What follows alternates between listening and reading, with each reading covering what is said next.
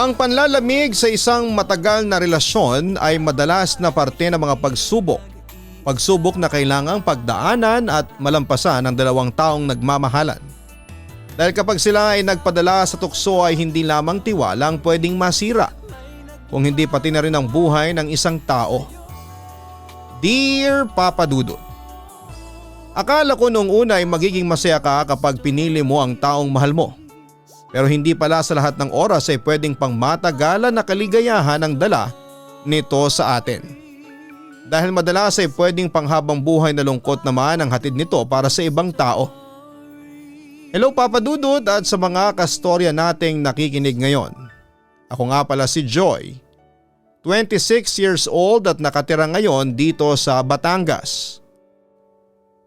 Meron akong naging boyfriend si Ken.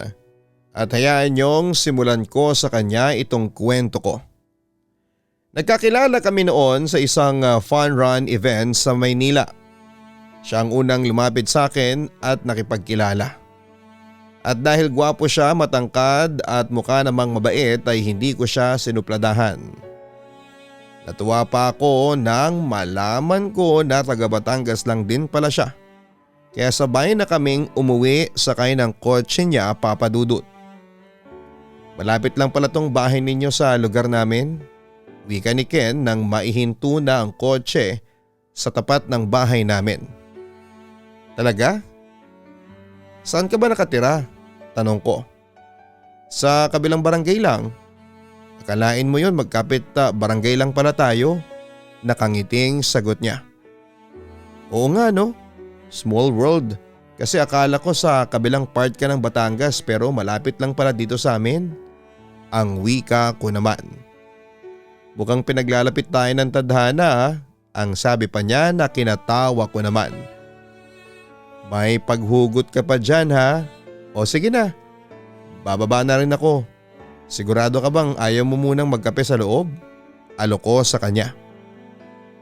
Oo, baka mas lalo akong hindi makatulog pag uwi ko. Tugon niya.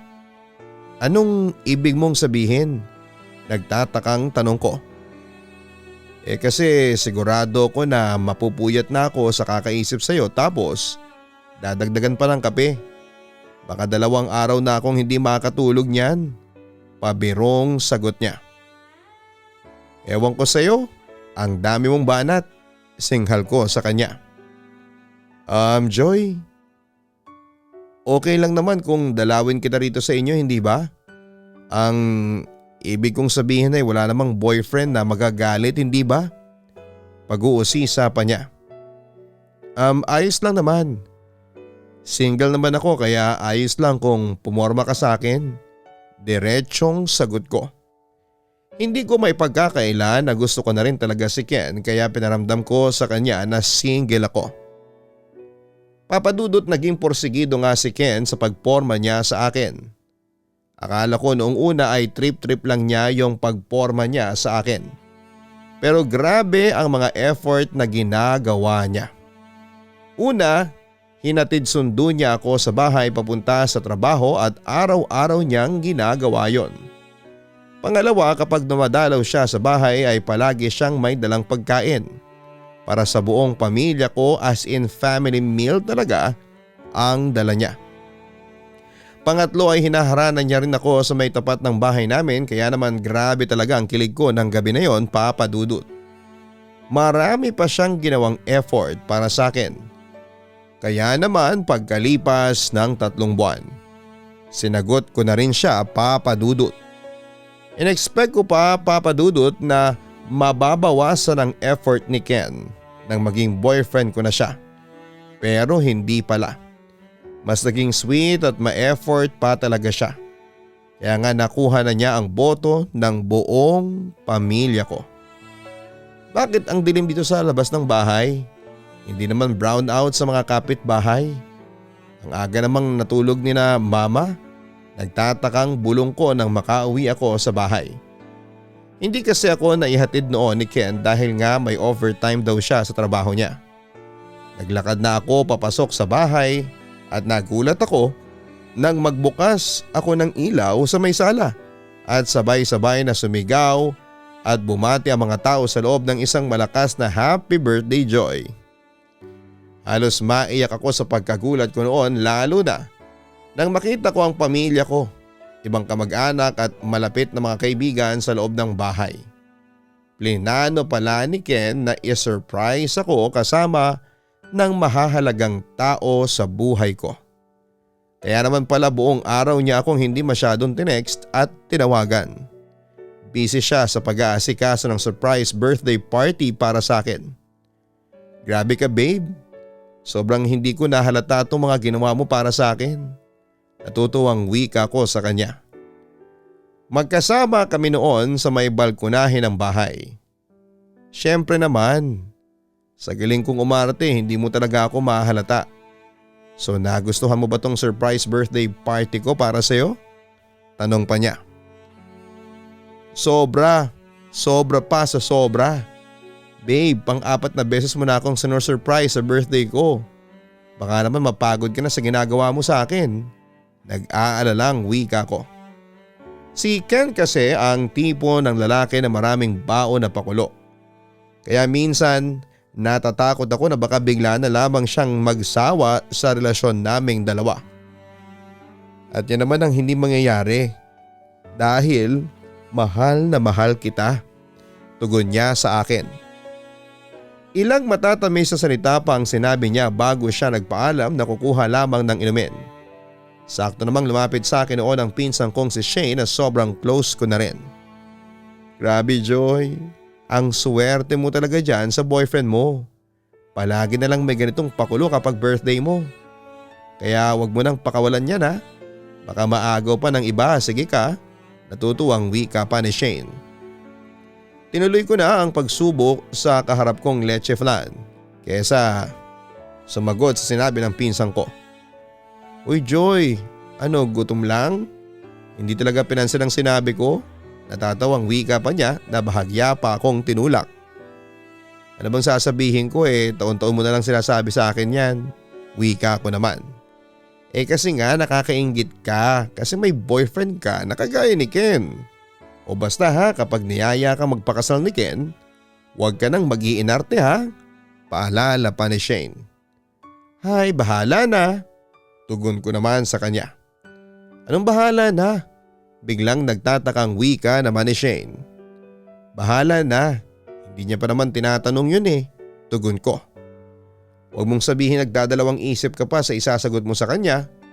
Nako, sinasabi ko sa iyo, ang pakawalan siya ang pinakahuling bagay na dapat pumasok dyan sa isipan mo. Kasi wala ka ng ibang mahihiling pa dyan sa boyfriend mo.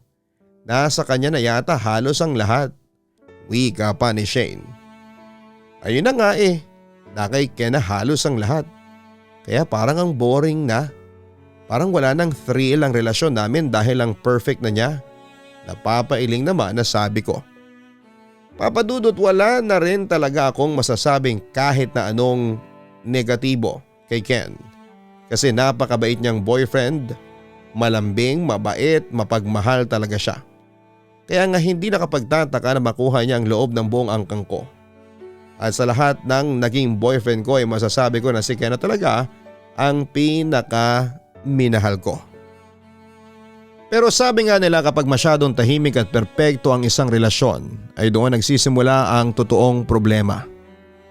Kasi doon ko nagsimulang maramdaman na sa sobrang tahimik ng relasyon namin ni Ken ay parang hindi na normal ang lahat. Parang hindi na normal ang nararamdaman namin sa isa't isa. Lumala pa ang iniisip ko na yon nang ma-promote sa trabaho si Ken at nagsimula na siyang maging busy. Ay, nasa na ba si Ken? Kanina pa ako naghihintay dito sa loob ng fast food Medyo naiirita ang bulong ko kasi hindi rin siya nag-reply sa mga text ko. May ilang minuto pa ang lumipas nang mag-decide akong bumili na lamang muna ng pagkain at inumin. Pero dahil na rin siguro wala ko sa focus ay hindi ko napansin ang makakasalubong ko na lalaki hanggang sa tuluyan ko na siyang nabunggo. Natapon sa damit niya ang hawak niyang inumin. Naku sorry, hindi ko sinasadya. Kaagad na paumanhin ko sa nakabungguan ko. Kinuha ko ang panyo mula sa bulsa ko at pinunasan sa nabasa niyang t-shirt. Ayos lang miss. Hindi naman ako nasaktan, nakangiting wika ng lalaki. Pasensya na talaga ha, hindi kasi ako tumitingin sa nilalakaran ko, napapailing na wika ko. Huwag kang mag-alala, hindi naman siya itong natapon sa damit ko kaya ayos lang, ang wika pa niya. Babe? Sabay kaming napatingin ng lalaking kaharap ko kay Ken na palapit naman sa kinakatayuan ko. Sorry ha, ngayon lang ako ang traffic kasi dun sa dinaanan ko. Wika pa ni Ken. Ken? Sabi naman ng lalaking kaharap ko habang nakabaling ang tingin kay Ken. Oy Gian pare, kaagad na tugon ni Ken sa kanya. Magkakilala kayong dalawa? Nagtatakang tanong ko. Oo, best friend ko to nung high school tugon ni Ken. Bago bumaling ng tingin kay Gian. Pare, girlfriend ko nga pala si Joy. Babe, ito yung madalas kong kinikwento sa'yo dati na best friend ko si Gian. Pakilala ni Ken sa aming dalawa ni Gian. Akalain mo nga naman na ang liit ng mundo. Girlfriend mo pala tong magandang babae na nakabungguan ko, nakangiting wika pa ni Gian. Pagkatapos ng saglit na kumustahan nila ay nagpaalam na rin si Gian sa amin dahil may pupuntahan pa raw siya. Babe, pasensya na talaga kung na-late ako ha. Ang wika ni Ken na maka-order na kami ng pagkain at makabalik na sa lamesa. Palagi ka namang late sa date natin babe, matamlay na sagot ko. Pasensya na talaga, akala ko kasi saglit lang ako kanina sa office. Dispensa pa niya. Sabi ko naman kasi na huwag na muna tayo mag-date ngayon. Kasi nga dadaan ka pa sa office ninyo. Di sana hindi ako naghintay ng matagal dito. Naiinis pang wika ko. Babawi ako promise, ang wika pa niya. Sinabi mo na yan dati babe, napapailing na sabi ko. Matapos ko lang talaga tong project ng team ko, magpa-file ako ng 1 linggong vacation leave para makabawi ako sa'yo. Wika pa ulit niya. Gawin mo na lang kapag kaya mo na kasi ilang beses na rin napako ang mga pangako mo babe.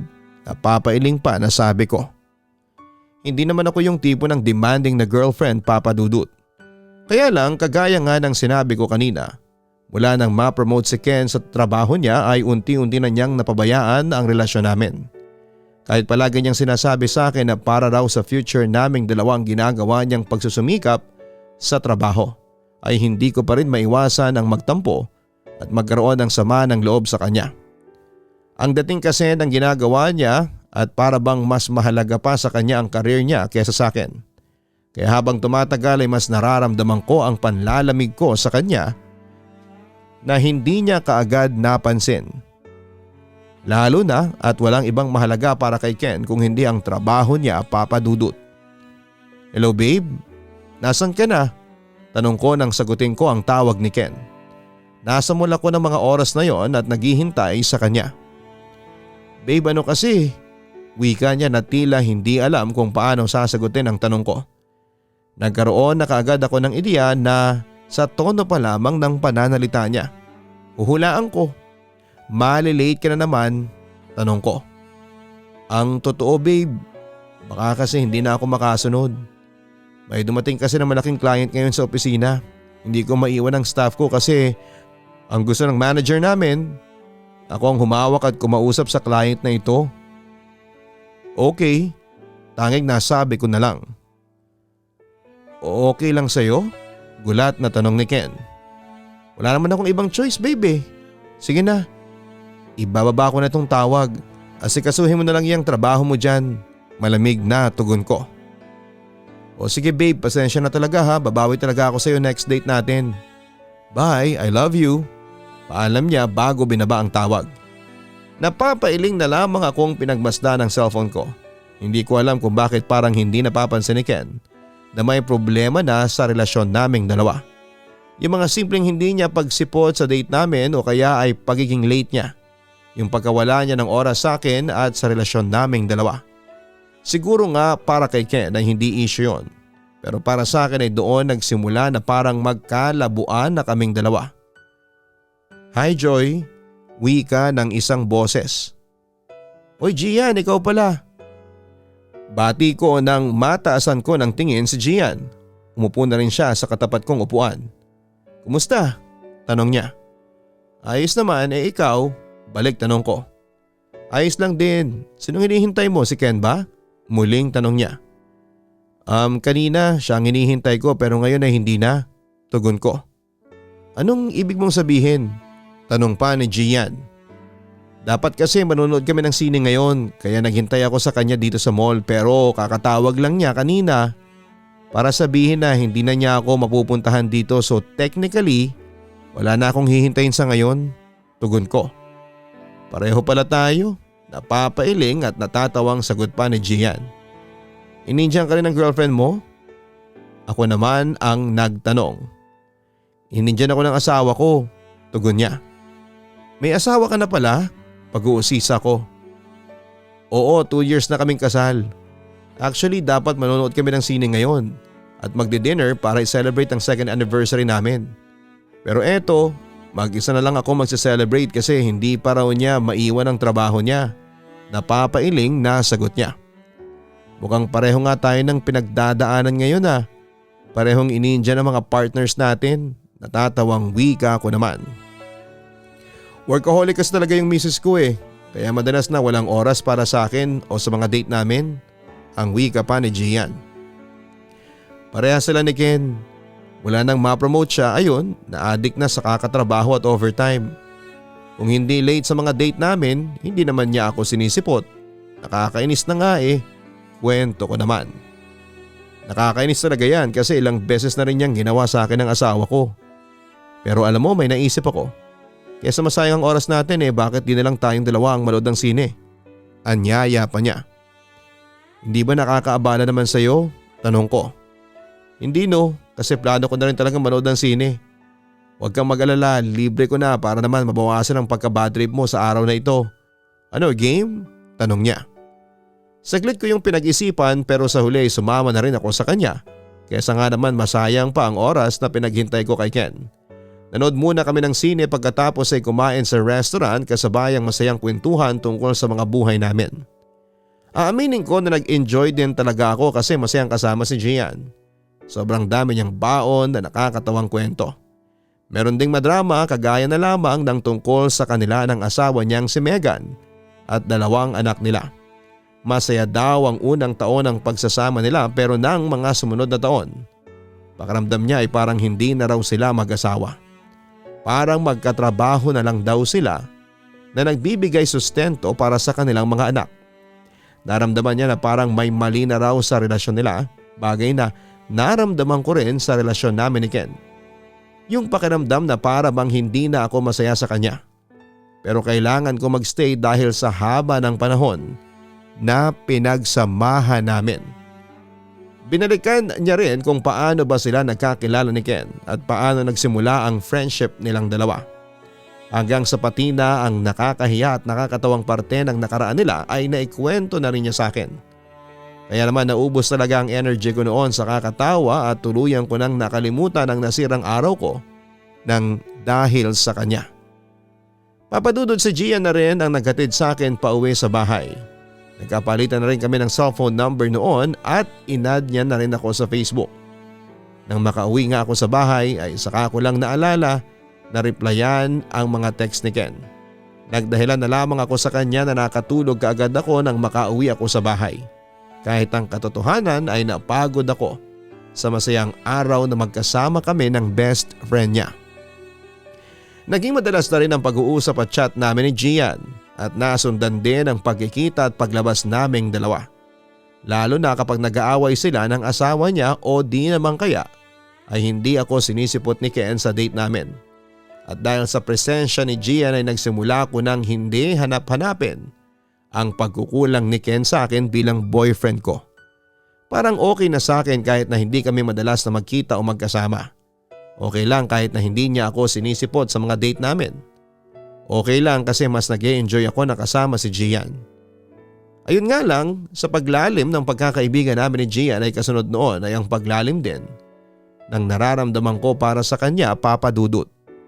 Nang magsimula ko yung maramdaman sa sarili ko ay iniwasan ko na kaagad si Gian. Kasi alam ko na mali kung ano man ang nararamdaman ko na yon. Mali ang magkagusto ako sa best friend ng boyfriend ko. At mas mali ang magkagusto ako sa isang lalaki na may asawa at mga anak. Nang simulan ko nang iwasan si Gian ay naramdaman ko ang pagkamiss ko sa kanya. Sobrang pigil ang ginawa ko noon sa sarili ko para lamang hindi siya ma-text o matawagan. Kulang na lamang ay i-block ko na ang number niya para hindi ko replyan ang mga text message niya sa akin. Kasi sa totoo lang ay mas gusto ko talaga siyang kasama kaysa sa boyfriend ko na si Ken. Pero ayokong i-entertain lalo na ang nararamdaman ko na yon. Dahil alam ko na nagkakasala ako sa boyfriend pati na sa mata ng simbahan at batas. Hindi ko dapat hayaan ang sarili ko na magkasala. Kaya ako na mismo ang dumistansya, Papa Dudut.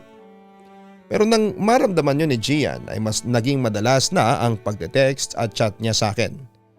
Tinatanong niya kung may problema daw ba kaming dalawa at kung bakit parang bigla ko siyang iniwasan. Hindi ko pa rin sinagot ang mga text niya na yon hanggang sa puntahan niya ako sa may labas ng opisina namin.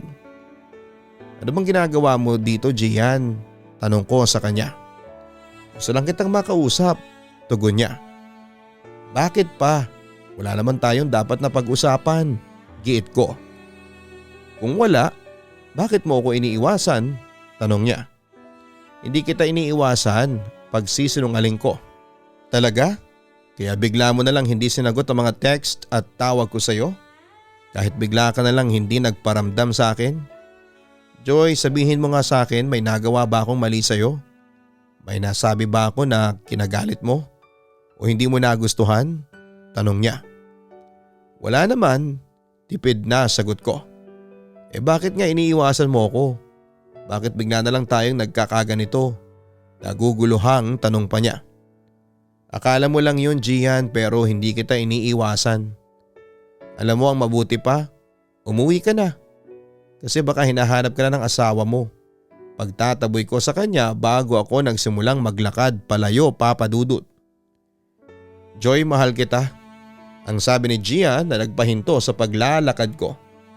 Nang mapakasan ko ang boses niya na naiiyak na siya ay hindi ko na rin napigilan ang sarili ko na maiyak. Alam ko na malitong nararamdaman ko pero wala eh. Hindi ko na mapigilan. Hindi ko na mapigilan ang sarili ko na mahalin ka. Wika pa niya bago lumapit sa akin at hinawakan ang mga kamay ko. Mahal mo rin naman ako, hindi ba? Tanong pa niya. Tumitig siya sa mga mata ko na para bang nangungusap. Para bang gusto na niya akong paaminin at pahintuin sa mga sinasabi kong kasinungalingan. Ayokong pumasok sa magulo at maling relasyon at ayokong magkasala. Ayokong makasakit ng iba pero sobrang hirap pala talagang pigilan kapag puso mo na ang kalaban mo. Mahal din kita, Gian, tugon ko. At doon na nga nagsimula ang maling relasyon naming dalawa na ilang ulit kong sinubukang tutulan. Papa Dudut, naging kabit ako ni Gian at naging pangalawang boyfriend ko naman siya. Hindi pa kasi mahiwalayan ni Gian ang asawa niya dahil naaawa siya sa mga anak nila. Hindi ko rin magawang tapusin ang relasyon namin ni Ken dahil ayokong masaktan siya. Kaya nakontento na lamang kami sa mga nakaw na tingin naming dalawa. Yung magkikita lamang kami sa tuwing hindi niya kasama ang asawa niya o kaya ay hindi ako napupuntahan ni Gian. Pupunta kami sa malayo, sa lugar na walang nakakakilala sa amin. Nakaka-excite, nakakakaba pero nag-i-enjoy talaga ako. Lalo na nga at kasama ko na ang tao na totoong tinitibok ng puso ko. Kay Gian na rin ang galing na gusto na niyang iwanan ng asawa niya para sa akin. At doon ko napatunayan na seryoso talaga siya sa relasyon namin. Dahil handa siyang iwanan ng pamilya niya para lamang makasama niya ako. Pero ng mga oras na yon ay ako naman ang hindi pa handa na hiwalayan si Ken. Ilang taon na rin kasi ang relasyon namin at hindi pa ako handa na itapon yon basta na lamang. Pero dahil nga sa mas masaya na ako nakasama si Gian ay mas naipaparamdam ko na ang panlalamig ko kay Ken. Hi love, kanina ka pa? Tanong ko kay Gian na naghihintay sa akin noon sa may tapat ng department store. Mga 15 minutes lang love, tugon niya. Sorry, late na naman ako ha, wika ko. Hindi ka late. Maaga lang talaga ako kasi gusto ko na makasama ka ng mas matagal. Malambing na tugon niya. Sus, ang sweet naman masyado ng love ko. Nakangiting sabi ko sa kanya. Niyaya na niya akong kumain kami kaya lang ay napahinto kami sa paglalakad nang biglang humarang noon sa amin si Ken. Pareho kaming nagulat ni Gian at hindi namin alam kung ano ang gagawin namin. Sinasabi ko na nga ba na may mali na talaga sa nangyayari sa relasyon natin, Joy eh. Sabihin mo nga kailan pa? Kailan mo pa ako niloloko? Pigil ang galit na tanong ni Ken. Pare, walang kasalanan si Joy dito. Ang wika naman ni Gian. Wala talaga siyang kasalanan dahil ikaw ang ahas. Ikaw ang may kasalanan kung bakit nagugulo ang relasyon naming dalawa. Sigaw ni Ken kasunod ang malakas na pagsuntok kay Gian. Oh my God Ken, tama na. Kaagad namang pag-awat ko kasunod ang pagtulak ko kay Ken. Bakit sa kanya ka lumapit, Joy? Ako ang boyfriend mo, kaya dapat nalayuan mo ang lalaki na yan. Sigaw pa ni Ken. Hindi ko kaya. Naluluhang wika ko. Anong ibig mo sabihin na hindi mo kaya? Naguguluhang tanong pa ni Ken. Mahal ko na si Gian, tugon ko. Talaga ba, Joy? Mas pinipili mo na ang lalaki na yan kaysa sa akin? Tinapon mo lang ang ilang taon na relasyon natin para lang sa basura na yan? Naluluhang wika pa ni Ken. Hindi basura si Gian. Pagtatanggol ko sa lalaking bagong tinitibok ng puso ko. Hindi siya basura pero may asawa at mga anak na siya. So anong gusto mo ngayon? Maging pangalawa at kabit na lang ng kago na yan? Sigaw pa ni Ken. Wala ka nang pakialam doon, buhay ko to.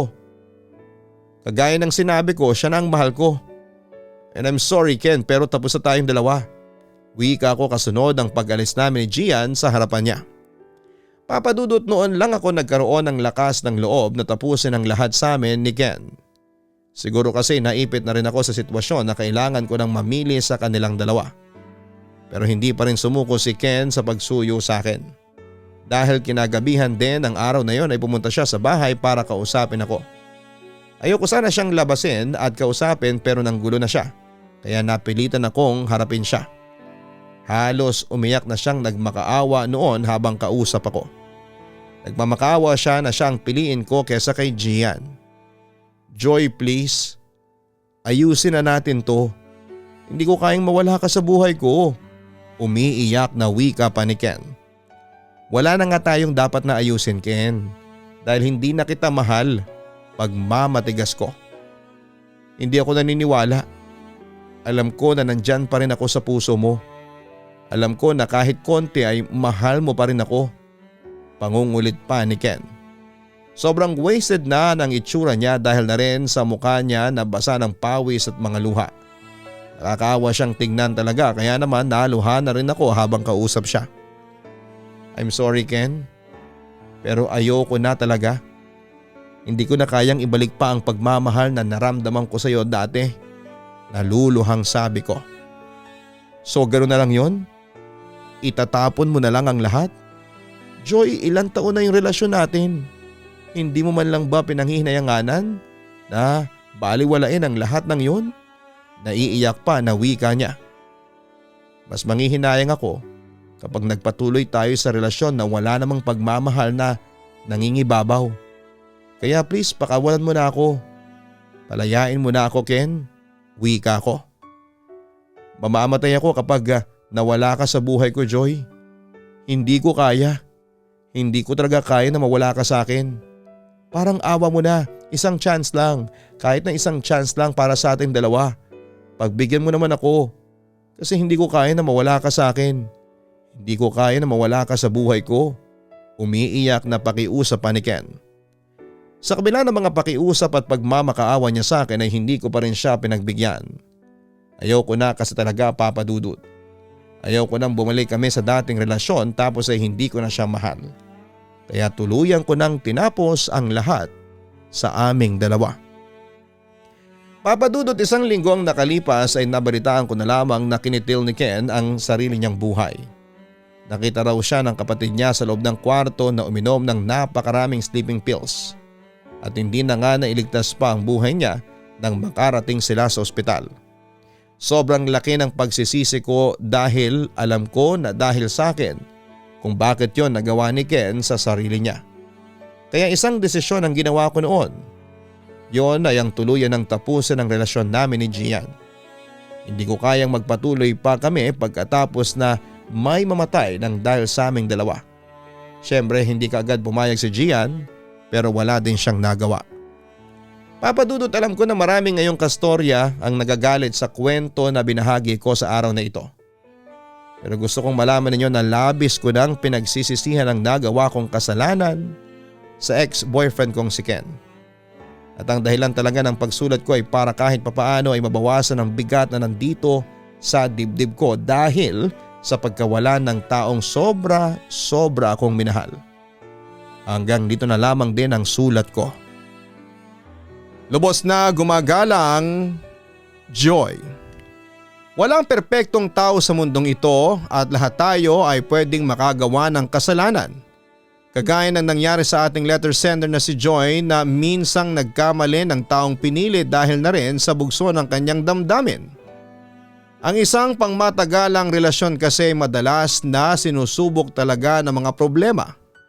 At naniniwala ako na ang pagdating ni Gian sa buhay ninyo ay parte ng pagsubok na yon, na hindi nyo nalampasan dahil tuluyang kang sumuko sa relasyon ninyo ni Ken. Ganun pa man ay ramdam ko ang labis mong pagsisisi, Joy. At sana'y dumating ang araw na tuluyan mo na ring mapatawad ang iyong sarili para sa lahat ng nangyari sa buhay ninyong tatlo ni Gian at Ken. Hanggang sa muli, ako po ang inyong si Papa Dudut. Huwag kalimutan na mag-like, share and subscribe. Maraming salamat po sa inyong lahat. Ang buhay ay mahiwaga, laging may lungkot at saya. Sa Papa Dudut Stories, laging may karamay ka.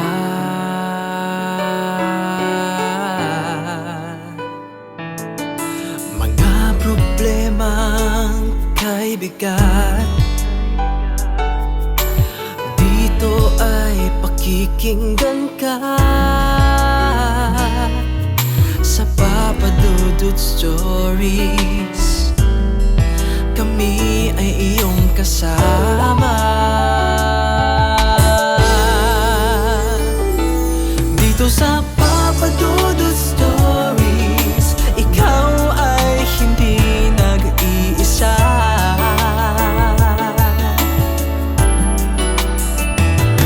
Dito sa Papa Dudut Stories, may nagmamahal sa'yo. Papa Dudut Stories, Papa Dudut Stories,